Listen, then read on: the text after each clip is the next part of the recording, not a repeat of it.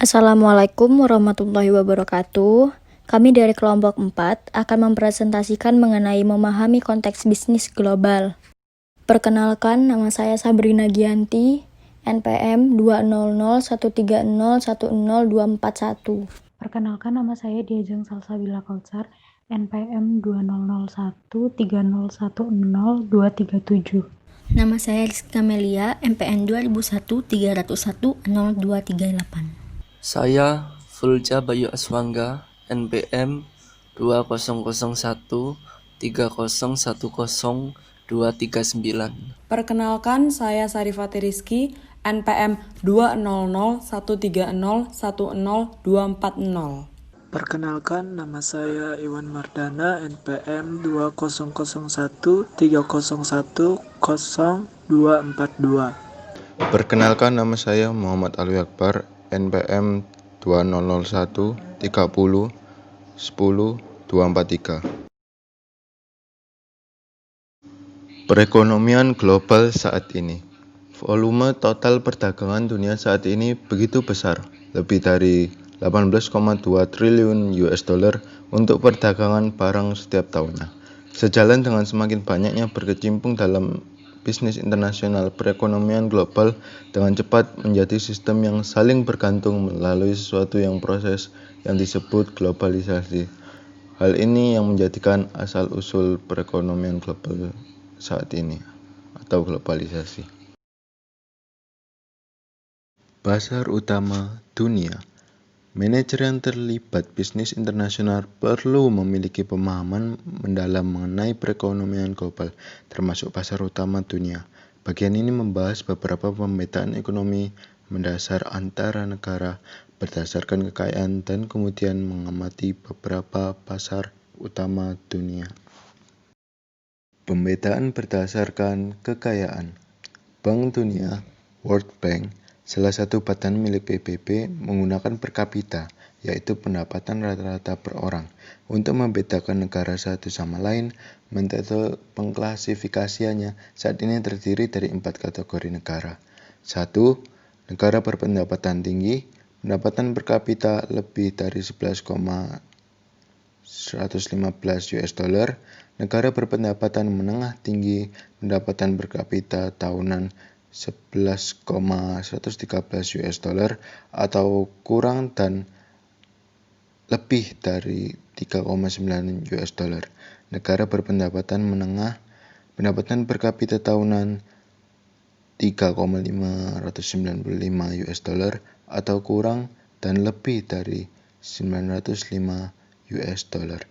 Negara berpendapatan rendah, pendapatan per kapita tahunan kurang dari 905 US dollar. Berdasarkan letak geografis, perekonomian dunia berputar di 3 pasar utama, Amerika Utara, Eropa, dan Asia Pasifik. Secara umum, pelompokan ini kebanyakan memasukkan negara-negara berpendapatan menengah tinggi dan tinggi, tetapi hanya sedikit negara-negara berpendapatan rendah dan menengah rendah. Di Amerika Utara terdapat Meksiko, Jamaika, Kanada, dan lain-lain. Di Asia Pasifik terdapat Malaysia, Indonesia, Jepang, dan lain-lain. Di Eropa terdapat Eropa Timur dan Eropa Barat. Eropa Barat dengan Jerman, Inggris Raya, Prancis. Di Eropa Timur, Rumania, Bulgaria, Albania, dan lain-lain. Kesepakatan dan aliansi dagang perekonomian global saat ini. NAFTA, North American Free Trade Agreement, mencabut hampir seluruh tarif dan hambatan perdagangan lain antara Amerika Serikat, Kanada, Meksiko, serta meliputi perjanjian mengenai isu lingkungan dan eksploitasi tenaga kerja. Uni Eropa atau Eropa Union. Negara-negara Eropa ini telah menghilangkan kuota dan menetapkan tingkat tarif yang seragam atas produk-produk impor dan ekspor antar anggota Uni Eropa pada tahun 1905, menjadikan Uni Eropa sebagai pasar bebas terbesar di dunia. ASEAN Association of South Asian Nations, didirikan pada tahun 1967 sebagai organisasi yang bekerja sama bidang politik, ekonomi, sosial, dan budaya. World Trade Organization (GATT), General Agreement on Tariff and Trade, ditandatangani tahun 1947 bertujuan untuk mengurangi hambatan perdagangan seperti tarif dan kauta. WTO diberikan mandat untuk mencapai 3 tujuan berikut. 1. Merangsang perdagangan dengan mendorong negara-negara anggota untuk menetapkan praktik perdagangan yang adil. 2. Mengurangi hambatan yang perdagangan dengan mendorong negosiasi multilateral, menetapkan prosedur yang adil untuk menyelesaikan perselisihan antara anggota.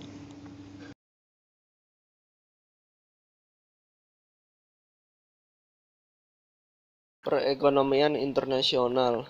Perekonomian internasional atau perekonomian global pada dasarnya dilandasi oleh perdagangan internasional, dan perdagangan internasional itu sendiri terjadi ketika ada pertukaran antar negara. Ada negara yang menjual, adapun yang membeli, atau bisa dibilang transaksi antar kedua negara atau lebih. Impor dan ekspor suatu negara tersebut pun harus dijaga keseimbangannya, dan untuk menentukan keseimbangan suatu negara bisa melalui 2 ukuran, yaitu dengan neraca perdagangan dan neraca pembayaran. Neraca perdagangan. Adapun pengertian dari neraca perdagangan, yaitu total ekonomi dari seluruh produk ekspor dikurangi dengan total ekonomi seluruh produk yang diimpor oleh suatu negara. Neraca perdagangan sendiri merupakan alat untuk menentukan banyaknya ekspor dan impor yang dilakukan oleh suatu negara. Neraca perdagangan pun dibagi menjadi 2. Ada neraca perdagangan positif, ada juga neraca perdagangan yang negatif. Neraca perdagangan yang positif, atau bisa disebut dengan surplus perdagangan, terjadi ketika ekspor suatu negara melampaui jumlah impornya. Contoh kita ambil Amerika Serikat. Jika dolar yang mengalir lebih banyak ke negara Amerika Serikat, itu pertanda bahwa ekspor lebih banyak daripada impor, yaitu ketika pelaku bisnis di Amerika Serikat menjual ke konsumen dan pelaku bisnis luar negeri. Konsumen dan pelaku bisnis luar negeri pun memberikan dolar ke Amerika Serikat untuk mendapatkan barang yang diinginkan. Dan ada juga neraca perdagangan negatif atau defisit perdagangan, yaitu terjadi ketika impor suatu negara melampaui ekspornya. Contoh, ketika dolar yang mengalir lebih banyak keluar untuk membayar impor dari luar negeri ketimbang untuk membayar ekspor dari Amerika Serikat. Sebagai contoh, pada tahun 2008 Amerika Serikat mengekspor 1.000 dolar miliar barang dan jasa serta mengimpor 2.000 dolar miliar barang dan jasa. Karena impor melebihi ekspor, Amerika Serikat mengalami defisit perdagangan sebesar 816 miliar dolar. Selanjutnya ada neraca pembayaran. Neraca pembayaran merupakan arus uang yang masuk atau keluar dari suatu negara. Uang yang dibayarkan suatu negara atas impor dan yang diterima atas ekspor. Pertukaran keuangan lainnya juga termasuk di dalamnya, bukan cuma ekspor dan impor. Contoh, uang yang dihabiskan oleh wisatawan di suatu negara, uang yang dibelanjakan suatu negara atas program bantuan asing, dan uang yang diperoleh dari jual beli mata uang di pasar uang internasional memengaruhi neraca pembayaran. Neraca pembayaran dibagi menjadi 2. Ada neraca pembayaran yang positif, ada juga neraca pembayaran yang negatif. Neraca pembayaran positif terjadi ketika arus uang yang masuk lebih banyak daripada arus uang yang keluar. Contoh, adanya pembeli dari luar negeri yang menginginkan barang dari negara kita, otomatis pembeli tersebut mengeluarkan uang untuk mendapatkan barang yang diinginkan, dan dengan uang tersebut mengalir masuk ke dalam negara kita. Dan sebaliknya, neraca pembayaran negatif adalah terjadi ketika arus uang yang keluar lebih banyak daripada arus uang yang masuk. Contoh, ketika negara kita menginginkan sesuatu dari negara lain, otomatis kita mengeluarkan uang untuk mendapatkan sesuatu yang diinginkan. Nilai tukar. Nilai tukar atau kurs adalah nilai diperdagangkannya mata uang suatu negara dengan negara lain. Anggaplah misalnya nilai tukar antara dolar Amerika Serikat dan pound sterling Inggris adalah 2 dolar per 1 pound sterling. Berarti dibutuhkan 1 pound sterling untuk membeli 2 dolar atau 1 dolar membeli setengah pound sterling. Dengan kata lain, 1 pound sterling dan 2 dolar memiliki daya beli yang sama, atau 1 pound sterling sama dengan 2 dolar. Contoh lain, jika teh Inggris seharga 10 pound sterling per kotak pada nilai tukar 2 dolar per 1 pound sterling, berarti satu kotak teh akan menghabiskan biaya 20 dolar. Tetapi bagaimana jika pound sterling melemah pada nilai tukar katakanlah 1,25 dolar per 1 pound sterling. Satu kotak teh yang sama hanya akan menghabiskan biaya 12,50 dolar. Jika dolar menguat terhadap pound sterling, harga-harga seluruh produk asal Amerika Serikat akan meningkat di Inggris dan harga-harga seluruh produk di Inggris akan turun di Amerika Serikat.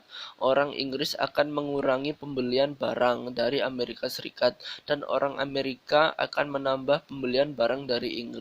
Hasilnya mungkin adalah defisit perdagangan Amerika Serikat dengan Inggris. Selanjutnya, ada bentuk-bentuk keunggulan bersaing. Yang pertama ada keunggulan absolut, yang kedua ada keunggulan komparatif, yang ketiga ada keunggulan bersaing nasional. Keunggulan absolut terjadi ketika suatu negara dapat memproduksi suatu barang dengan harga yang jauh lebih murah atau berkualitas lebih tinggi dibandingkan dengan negara lain. Contoh misal, minyak bumi dari Arab Saudi, biji kopi dari Brasil, dan kayu dari Kanada. Tetapi sampai saat ini sangat sulit sekali untuk menemukan keunggulan absolut yang sejati.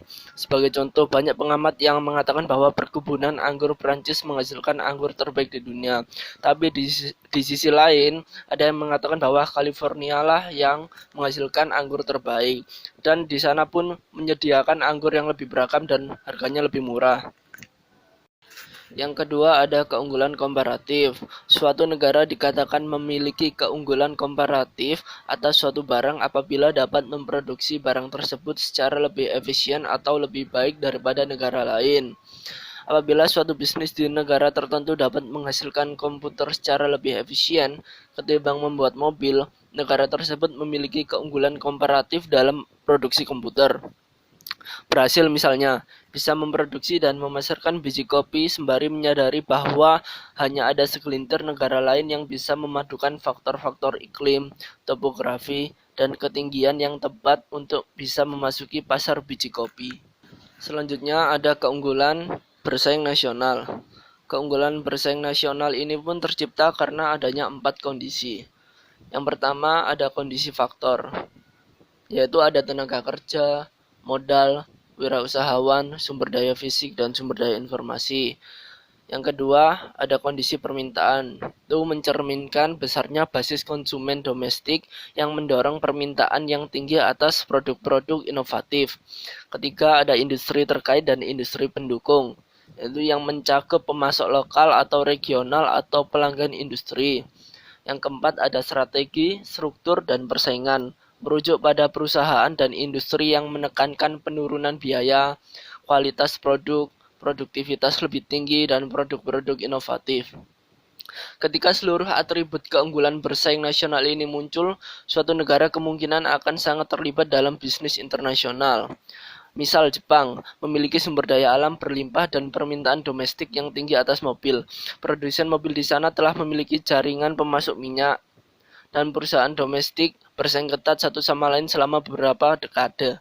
Situasi ini menjelaskan mengapa perusahaan mobil Jepang seperti Toyota dan Honda bisa meraih sukses di pasar asing. Kali ini saya akan menjelaskan tentang manajemen bisnis internasional.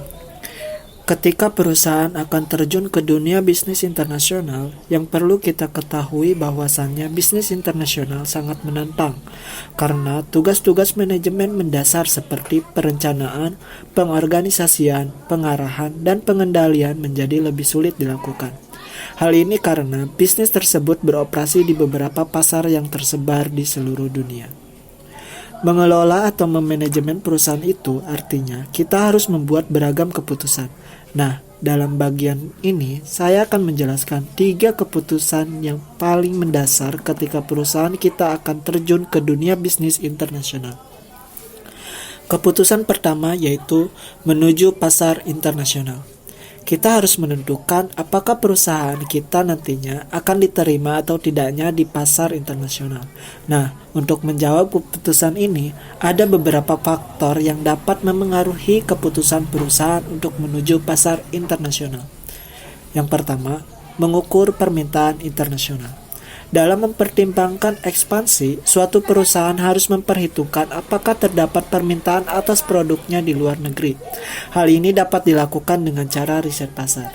Riset pasar atau kehadiran awal pesaing di suatu pasar dapat menunjukkan terdapat atau tidaknya permintaan internasional atas suatu produk perusahaan.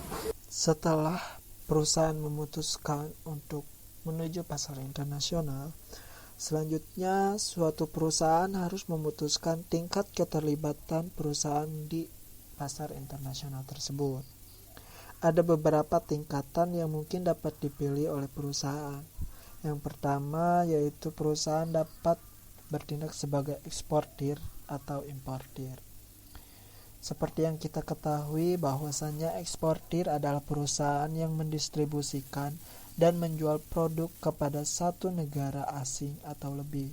Sedangkan importir adalah perusahaan yang membeli produk di pasar asing dan kemudian mengimportnya untuk dijual kembali di negara asalnya. Baik eksportir maupun importir, keduanya menjalankan sebagian besar bisnis mereka di negara asal. Eksportir dan importir ini adalah suatu tingkatan keterlibatan terendah dalam operasi internasional dan merupakan metode yang paling sesuai untuk mempelajari pokok-pokok bisnis global yang penting. Selanjutnya, tingkat yang kedua yaitu perusahaan internasional. Perusahaan internasional atau international firm yaitu suatu perusahaan yang menjalankan sebagian besar bisnis di negara-negara asing dan juga menjalankan fasilitas produksi di luar negeri. Perusahaan internasional bisa saja berskala besar, tetapi pada dasarnya masih merupakan perusahaan domestik yang beroperasi secara internasional. Seperti halnya Hershey misalnya, membeli bahan baku coklat dari beberapa pemasok luar negeri, tetapi menghasilkan seluruh produknya di Amerika Serikat. Selain itu, meskipun Hershey menjual produknya di 50 negara, pendapatan terbesarnya masih berasal dari pasar domestik. Nah, yang terakhir yaitu perusahaan multinasional. Perusahaan multinasional atau multinational firms yaitu suatu perusahaan yang merancang, memproduksi, dan memasarkan produk di banyak negara. Perusahaan ini tidak menganggap diri mereka sebagai perusahaan yang memiliki divisi domestik dan internasional.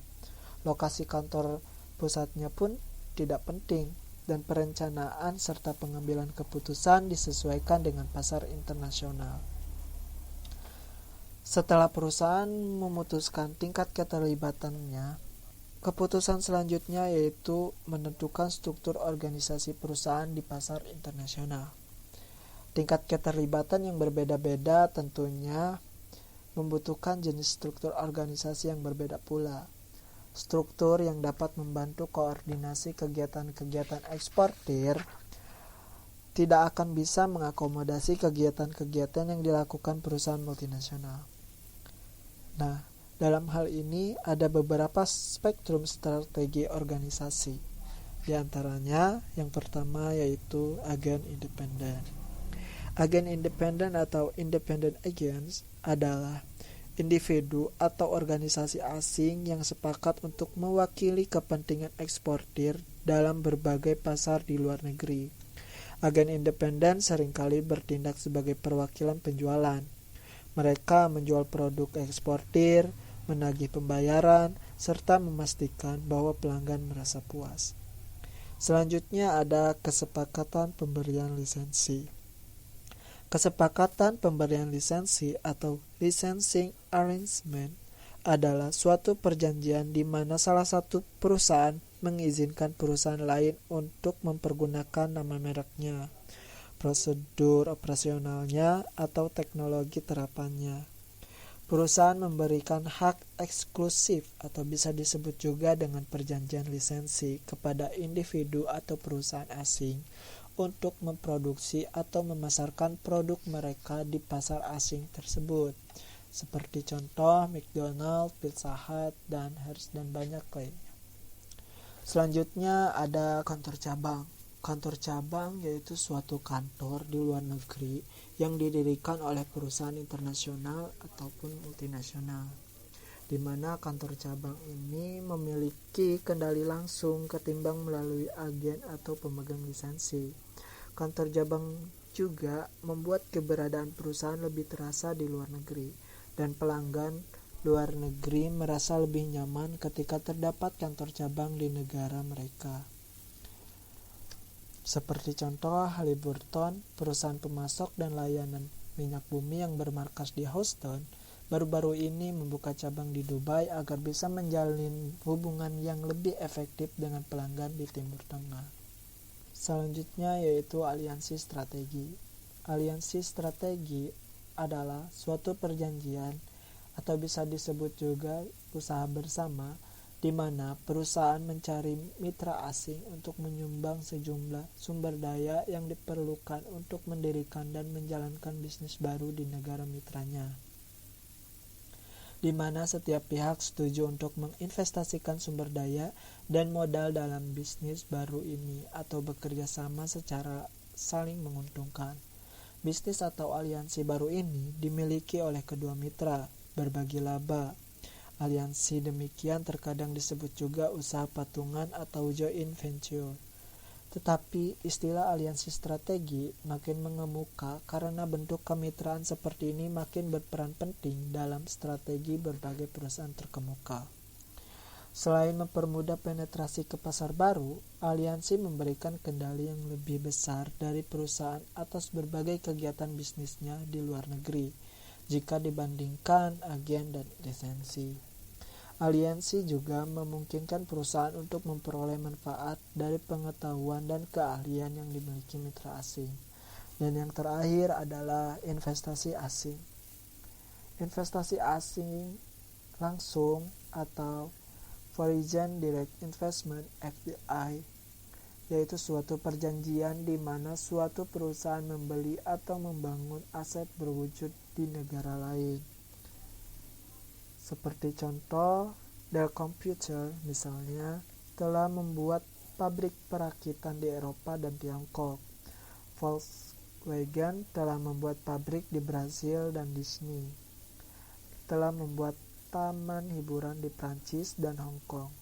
Setiap kegiatan ini mencerminkan investasi asing langsung di negara lain. Oke, selanjutnya saya akan menjelaskan topik keempat, yaitu memahami lingkungan budaya. Salah satu faktor utama dalam keberhasilan atau kegagalan kegiatan bisnis internasional adalah memiliki pemahaman mendalam akan lingkungan budaya di negara lain dan bagaimana hal tersebut berdampak pada bisnis. Contohnya seperti Disneyland di Hong Kong saat pertama kali dibuka sepi pengunjung. Hal ini diakibatkan karena Disney tidak mengembangkan atau tidak memunculkan unsur-unsur Tionghoa di Disneyland tersebut. Para pengunjung juga dibikin bingung oleh iklan yang menunjukkan ada ayah, ibu, dan 2 anak yang bergandengan tangan untuk masuk ke dalam Disneyland. Padahal di Tiongkok terdapat kebijakan di mana 1 anak saja. Terdapat 2 komponen untuk memahami lingkungan budaya. Komponen yang pertama ada nilai, simbol, keyakinan, bahasa. Dan komponen yang kedua ada perilaku karyawan di berbagai budaya. Yang pertama ada nilai, di mana terjadi perbedaan makna hai di Amerika dan hai di Jepang. Hai di Jepang berarti ya, sedangkan di Amerika berarti heeh, atau ya saya mengerti, atau ya saya mendengarkan Anda. Jadi pada saat manajer Amerika menjelaskan suatu produknya terhadap perusahaan Jepang, Jika perusahaan Jepang atau manajer Jepang tersebut menjawab hai, manajer Amerika tersebut kebingungan apakah dia menjawab iya saya setuju atau ya saya mengerti atau ya saya masih mendengarkan Anda. Yang kedua ada simbol. Contohnya seperti kita membuat suatu produk untuk wanita. Pastilah kita memilih warna pink karena itu simbol feminim. Tetapi di negara lain justru warna kuning lah yang melambangkan simbol feminim itu. Yang ketiga ada keyakinan. Keyakinan ini contohnya seperti ketepatan waktu di Amerika Serikat. Amerika Serikat sudah menanamkan ketepatan waktu sejak mereka kecil. Sedangkan di Timur Tengah ketepatan waktu itu tidak menjadi masalah yang penting. Contohnya, jika perusahaan Amerika bekerja sama dengan perusahaan Timur Tengah mengadakan suatu rapat, jika perusahaan Timur Tengah tersebut terlambat, itu menurut Amerika Serikat itu merupakan suatu penghinaan atau menandakan mereka gagal dalam menjalin kerjasama itu. Dan yang keempat ada bahasa. Perbedaan bahasa di berbagai negara juga menimbulkan berbagai makna yang berbeda bagi konsumen. Contohnya, Chevrolet pernah mengeluarkan sebuah mobil bernama Nova. Tetapi di Amerika Latin, mobil tersebut tidak laku. Ternyata setelah ditelusuri dalam bahasa Spanyol, Nova berarti tidak jalan. Hal ini yang menyebabkan mobil tersebut tidak ada yang membeli di Spanyol. Selanjutnya, perilaku karyawan di berbagai budaya. Terdapat 5 dimensi di sini. Dimensi yang pertama adalah orientasi sosial. Terdapat 2 kutub. Yang pertama, ada negara yang lebih individualisme atau lebih mengedepankan kepentingan pribadinya. Sedangkan kolektivisme ada negara yang lebih mementingkan kepentingan kelompok.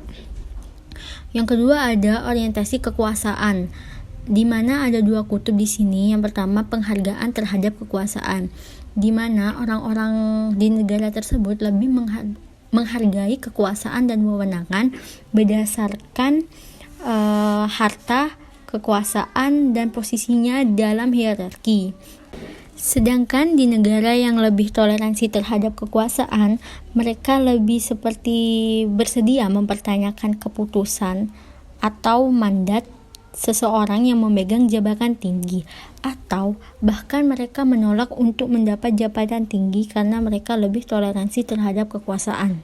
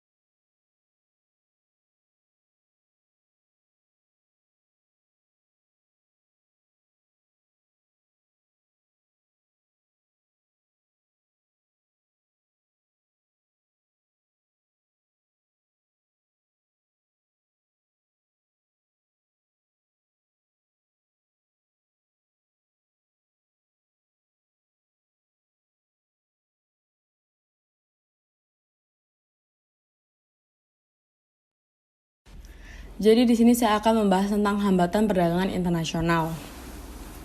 Perdagangan internasional adalah perdagangan yang dilakukan oleh penduduk suatu negara dengan penduduk negara lain atas dasar kesepakatan bersama. Nah, penduduk yang dimaksud ini bisa berupa antara perorangan, antara individu dengan pemerintahan suatu negara, atau pemerintahan suatu negara dengan pemerintahan negara lainnya. Nah, di sini saya akan membahas tentang perbedaan ekonominya. Dalam berhadapan dengan perekonomian, pasar campuran seperti Perancis dan Swedia, perusahaan harus mengetahui kapan dan hingga sejauh mana pemerintahan terlibat dalam suatu industri. Nah, dampak perbedaan ekonomi dapat lebih besar dalam perekonomian terpimpin seperti Tiongkok dan Vietnam, di mana pemerintah memiliki dan menjalankan berbagai faktor produksi. Nah, ada juga perbedaan hukum dan politiknya. Pemerintah dapat mempengaruhi bisnis internasional dalam berbagai cara. Misalnya, yang pertama, pemerintah itu dapat menetapkan prasyarat bisnis di dalam wilayah politik mereka dan bahkan melarang suatu jenis bisnis tertentu. Nah, yang kedua, pemerintah itu dapat mengendalikan aliran modal dan menggunakan undang-undang pajak untuk menghambat atau mendorong kegiatan di suatu industri. Nah, yang ketiga, pemerintah juga dapat menyita hak milik perusahaan asing. Persoalan hukum dan politik yang umum dijumpai dalam bisnis internasional itu biasa ada 3, kuota, tarif, dan subsidi. Yang kedua ada peraturan kandungan lokal, dan yang ketiga ada peraturan praktik bisnis. Di sini saya pertama akan membahas kuota, tarif, dan subsidi. Kuota itu membatasi jumlah produk dari jenis tertentu yang bisa diimpor dan dengan mengurangi penawaran, dan pada akhirnya akan menaikkan harga barang impor tersebut. Kuota yang lebih longgar biasanya itu diberikan oleh mitra dagang yang lebih akrab, dan kuota biasanya diatur untuk melindungi produsen yang domestik. Bentuk ekstrim dari kuota adalah embargo, yaitu instruksi pemerintah yang melarang ekspor atau impor suatu produk atau bahkan seluruh produk dari negara tertentu. Banyak negara yang mengendalikan penyebaran bakteri dan penyakit dengan melarang produk pertanian tertentu. Karena Amerika Serikat mengembargo Kuba dan Libya, perusahaan-perusahaan Amerika Serikat tidak bisa berinvestasi di kedua negara tersebut dan produk-produk mereka tidak bisa dijual secara legal di pasar Amerika Serikat. Nah, yang kedua ada tarif nih. Tarif adalah pajak yang dikenakan atas produk-produk impor. Tarif menaikkan harga barang impor karena membuat konsumen tidak hanya membayar harga produk impor, tetapi juga membayar biaya tarifnya. Terdapat 2 bentuk tarif. Yang pertama adalah tarif pendapatan. Tarif pendapatan dikenakan untuk menaikkan dana belanja pemerintah. Yang kedua ada tarif proteksionis, yaitu untuk ditunjuk menghambat produk impor tertentu. Asal kalian tahu, perusahaan yang mengimpor penutupan papan setrika ke Amerika Serikat harus membayar tarif sebesar 7% dari harga produk. Perusahaan yang mengimpor sepatu olahraga perempuan membayar tarif $0,90 per pasang ditambah dengan 20% dari harga produk. Angka-angka ini dihitung melalui proses rumit yang dirancang agar perusahaan domestik dan luar negeri dapat bersaing secara sehat, yakni membuat harga produk asing setara dengan harga produk domestik. Kuota dan tarif diberlakukan atas beberapa alasan. Pemerintah Amerika Serikat membantu produsen mobil domestik dengan membatasi jumlah mobil Jepang yang diimpor ke sana atas alasan keamanan. Pemerintah Amerika Serikat membatasi ekspor teknologi, misalnya teknologi komputer dan nuklir ke Tiongkok. Nah, setelah itu ada subsidi. Subsidi adalah pembayaran pemerintah untuk membantu bisnis domestik bersaing dengan perusahaan asing. Subsidi merupakan tarif tak langsung yang menurunkan harga produk domestik ketimbang menaikkan harga produk impor. Nah, sebagai contohnya, banyak negara Eropa menyubsidi petani domestik untuk membantu mereka bersaing dengan produk pangan impor dari Amerika Serikat. Setelah ada kuota, tarif, dan subsidi, saya akan membahas tentang peraturan kandungan lokal. Peraturan kandungan lokal atau local content laws, yaitu persyaratan bahwa produk yang dijual di suatu negara setidaknya sebagian dibuat di negara tersebut. Konkretnya, perusahaan yang ingin berbisnis di suatu negara harus berinvestasi langsung di sana atau menggandeng mitra lokal. Dengan cara ini, sebagian laba dari bisnis yang dijalankan di negara lain tersebut tidak seluruhnya melayang keluar negara tersebut. Dalam beberapa kasus, kesepakatan kemitraan ini lebih bersifat pilihan tetapi bijaksana bila dilakukan. Di Meksiko misalnya, Radio Shack de Mexico adalah usaha bersama yang dilakukan oleh Tandy Corporation 49% dan Grupo Gigante 51% asal Meksiko. Hal ini memungkinkan Peritel tersebut memperkenalkan identitas Meksiko yang kentara, selain juga memudahkan regulasi impor yang lebih longgar bagi perusahaan asal Meksiko ketimbang Amerika Serikat, baik di Tiongkok dan India saat ini mensyaratkan bahwa ketika perusahaan asing yang menjalankan usaha patungan dengan mitra lokal, bagian kepemilikannya mayoritas dengan hak pengendalian harus dipegang oleh mitra lokal tersebut. Setelah itu saya akan membahas tentang peraturan praktik bisnis. Banyak bisnis yang memasuki pasar baru menghadapi persoalan dalam memenuhi peraturan dan hambatan birokrasi lain yang ketat. Praktik-praktik ini dipengaruhi oleh peraturan praktik bisnis atau Business Practice Laws yang diatur oleh negara tuan rumah. Sebagai bagian dari strategi masuk di pasar Jerman beberapa tahun yang lalu, Walmart harus memberi peritel yang ada di Jerman ketimbang membuka toko baru karena pada saat itu pemerintah Jerman tidak mengeluarkan izin untuk menjual produk makanan. Walmart juga tidak diizinkan untuk mengikuti kebiasaan praktik mengembalikan selisih harga atas produknya yang dijual lebih mahal daripada toko lain karena praktik ini ilegal di Jerman. Selain itu, Walmart harus menaati pembatasan bisnis. Toko tidak boleh buka sebelum jam 7 pagi, harus tutup pada jam 8 malam pada hari biasa dan jam 4 sore pada hari Sabtu, dan harus tetap tutup pada hari Minggu. Setelah beberapa tahun menancapkan bisnis di sana, Walmart akhirnya memutuskan bahwa laba kecilnya di Jerman tidak seimbang dengan upaya yang dilakukannya untuk mencetak laba dan menutup seluruh tokonya di sana. Banyak negara melarang praktik dumping, yaitu menjual produk di luar negeri lebih murah ketimbang di dalam negeri. Undang-undang anti-dumping Amerika Serikat menetapkan 2 syarat untuk menentukan apakah praktik dumping sedang dilakukan, yaitu yang pertama ada produk dihargai kurang dari harga wajar. Yang kedua ada hasilnya mengganggu produksi industri domestik. Baru beberapa tahun lalu, Amerika Serikat menuntut Jepang dan Brazil atas praktik dumping baja pada harga 70% di bawah harga normal untuk melindungi produsen lokal. Pemerintah Amerika Serikat memberlakukan tarif tinggi atas baja impor dan kedua negara ini. Itulah penjelasan saya tentang hambatan perdagangan internasional. Sekian dari kelompok kami, kurang lebihnya kami mohon maaf. Wassalamualaikum warahmatullahi wabarakatuh.